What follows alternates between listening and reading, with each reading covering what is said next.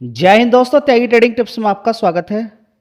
दोस्तों, last video के अंदर मैंने आपसे प्रॉमिस किया था कि अभी हाल फिलहाल की कौन कौन सी अपडेट हैं स्टॉक मार्केट के अंदर, वो मैं आपके लिए लेकर आने वाला हूँ। स्टॉक मार्केट में इस समय किसी स्टॉक पर फोकस करने की बजाय इस समय आप फोकस कीजिए कि अभी युद्ध का क्या नतीजा आने वाला है, युद्ध के अंदर कौन सी अपडेट है। आपका शेयर कुछ समय के लिए भागता है, फिर गिरावट शुरू हो जाती है। कोई न्यूज़ आ जाती है शेयर के अंदर तो तेज़ी बन जाती है। अभी देखिए Q4 के रिजल्ट आने वाले हैं, उनकी वजह से तेज़ी देखने को भी मिल सकती है। रिजल्ट्स अच्छे नहीं आए तो गिरावट भी देखने को मिल सकती है। फिलहाल सबसे बड़ा देखिए, रिजल्ट्स अच्छे और ख़राब आते रहते हैं। एक साल में 4 बार रिजल्ट्स आते हैं, 2 बार खराब 2 बार अच्छे, उससे कोई शेयर ख़त्म नहीं होता है, ये चलता रहता है। फिलहाल इस समय सबसे ज़्यादा जो दिक्कत वाली चीज़ है वो है गैस, दूसरा इंटरनेट। अभी अपडेट निकल कर आ गए यहाँ पर। अब देखिए, सबसे बड़ा खेल यहाँ पर आपको देखना होगा, ताइवान यानी कि सेमीकंडक्टर चिप का बादशाह, और यहाँ पर चाइना क्या बोल रहा है, China reserves air space for 40 days, military deal possible. अब यहाँ पर अलग अलग न्यूज़ में आप पढ़ेंगे, देखिए क्या चीज़ देखने को मिल रही है। देखिए, अब ये भेजा है, हो सकता है कल ये चेंज भी देखने को मिल जाए, आजकल ऐसे ही चल रहा है। China 40 days airspace closure, spark news aviation mystery. ठीक है, आगे हम यहाँ पर देखने की कोशिश करते हैं। No explanation, no announce exercise, why has China closure its offshore airspace. ठीक है, तो यहाँ पर कोई अनाउंसमेंट नहीं देखने को मिल रहा है। पॉसिबिलिटी सब लगा रहे हैं कि 40 दिन के लिए क्यों बंद कर दिया गया है, क्या फ्यूल की कमी आ गई है, कुछ और दिक्कत हो गई है, इंटरनल कोई और परेशानी है, या फिर ताइवान को घेरने की तैयारी यहाँ पर देखने को मिल रही है।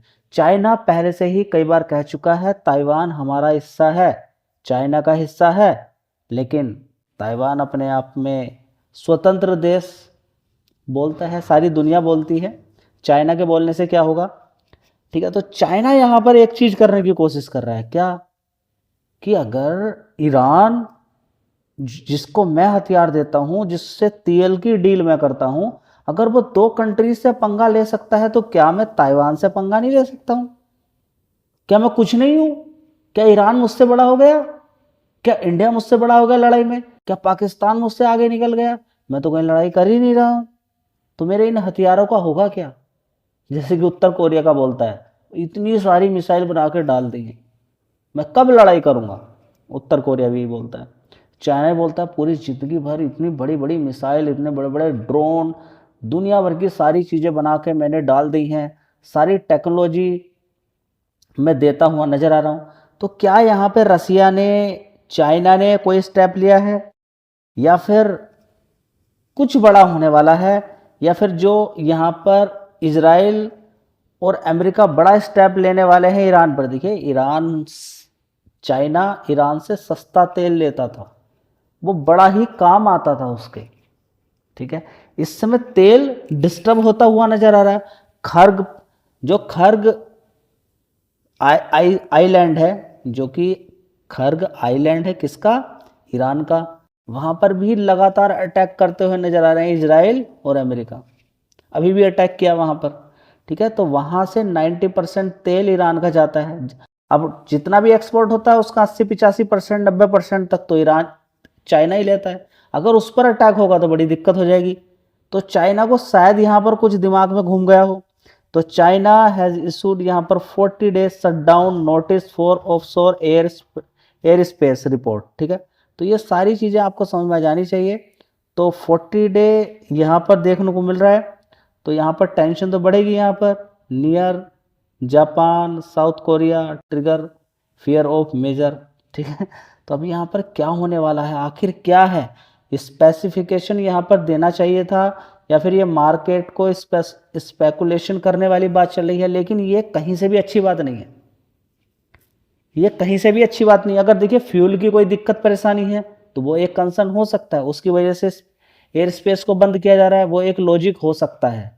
ठीक है, लेकिन अनाउंसमेंट इसमें देखने को मिलना चाहिए था। ठीक है, यह सस्पेंस जो दे दिया है मार्केट के लिए अनसर्टेनिटी का माहौल क्रिएट कर देता है। जी और कौन सी न्यूज़ है, और भी मैं आपको बता रहा हूँ, एक और खतरनाक न्यूज़ निकल कर आ रही है जो हिला देगी मार्केट को। दोस्तों देखिए, don't travel by train today.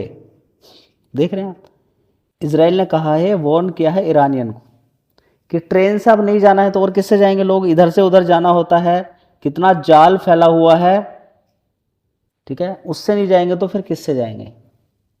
इस चीज़ को देखते हुए ईरान ने अपनी फतह खैबर मिसाइल अटैक करने के लिए और तैयार कर ली है। तो अगले 24 घंटे जिस तरीके से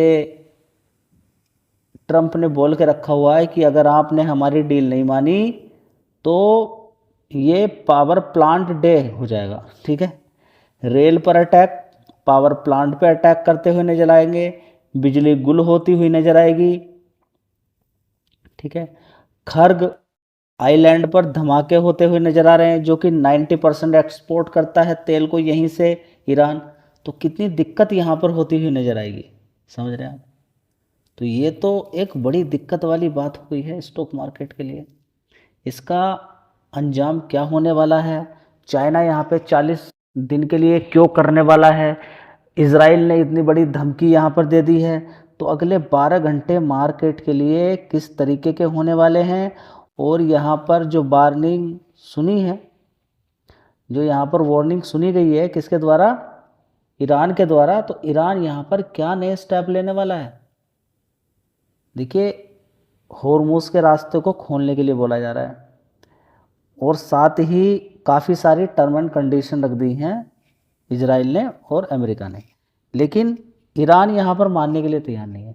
ईरान कह रहा है सबसे पहली बात, हम अपना यूरेनियम भी आपको नहीं देंगे, मिसाइल बनाना हम बंद नहीं करेंगे, लेकिन हाँ, हम परमाणु बम नहीं बनाएंगे, एटम बम हम नहीं बनाने वाले, ठीक है। साथ ही हमारा जो नुकसान हुआ उसको कौन भरपाई करेगा, ठीक है। सबसे बड़े यहाँ पर खेल ये है कि ईरान ये चाहता है कि अब ये होर्मुज रास्ते से कोई भी तेल, गैस, डीजल, पेट्रोल कुछ भी आवाजाही एक दिन के अंदर 160, 115, 150, 100 से ऊपर ही मान के चलें जहाज आते जाते हैं, ठीक है। अगर यहाँ से इनकम होनी शुरू हो गई तो इजराइल फिर परेशान हो जाएगा। इजराइल ने अभी तक सीज फायर की बात नहीं की है, उसको मालूम है कि कहीं से भी इनकम नहीं होनी चाहिए, ठीक है। पहले से ही तेल पर इतना रिस्ट्रिक्शंस लगा के रखा हुआ है, तो होर्मुज के रास्ते से क्या मुनाफा होने देंगे, टैक्स लेने देंगे?